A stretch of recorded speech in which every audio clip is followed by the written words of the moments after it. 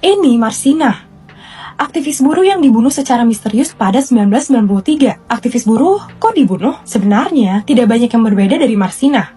Perempuan berusia 24 itu adalah buruh pabrik jam PT Catur Putra Surya di kawasan industri Sidoarjo, Jawa Timur. Sejak 1991, PT CPS melakukan ekspansi. Dari yang sebelumnya bisa memproduksi 60.000 jam, pada 1993 mereka bisa memproduksi 1.248.000 buah jam, namun kondisi kesejahteraan buruhnya tidak meningkat setimpal dengan pemasukan perusahaan.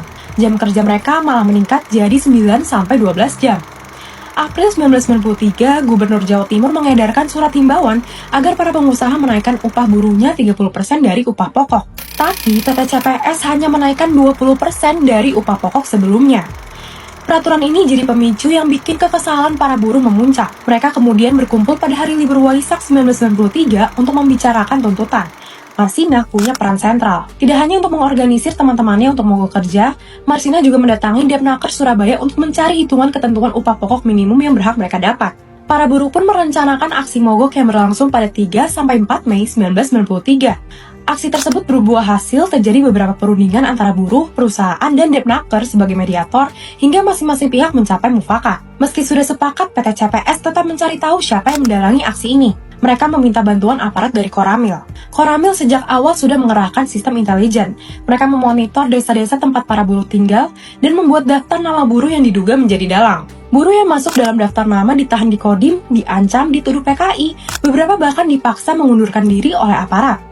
Marsina tidak terima perlakuan itu. Pada 5 Mei 1993, ia menyusun surat pernyataan keberatan atas perlakuan tersebut dan hendak memperkarakan perusahaan dan Kodim sesuai prosedur yang berlaku. Malam 5 Mei, Marsina bolak-balik rumah ke rumah, pabrik, dan Kodim untuk mencari tahu kejelasan kondisi kawan-kawan yang kabarnya ditahan.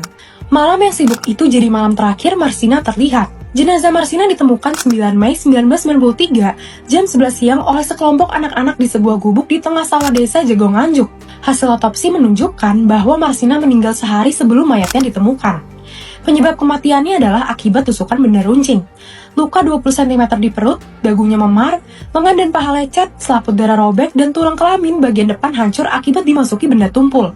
Polisi melakukan penyelidikan atas kasus ini.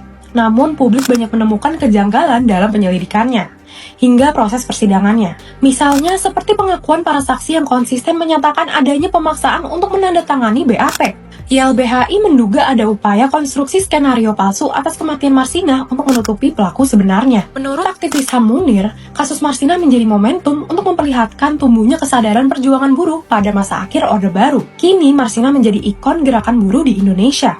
Sosoknya dikenang dalam bentuk monumen di Nganjuk. Wajahnya terpampang dalam spanduk dan namanya lantang dalam orasi di Hari Buruh.